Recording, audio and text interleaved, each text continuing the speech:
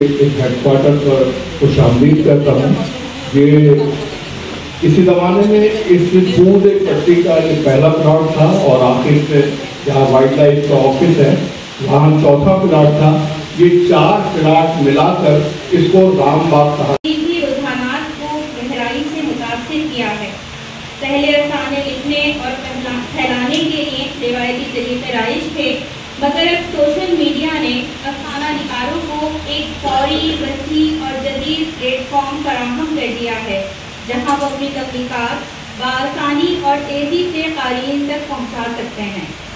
दुनिया भर की सियासी, समाजी और माशी आ जाता है जो हुक्मरान तबका है, जिसके पास ताकत है।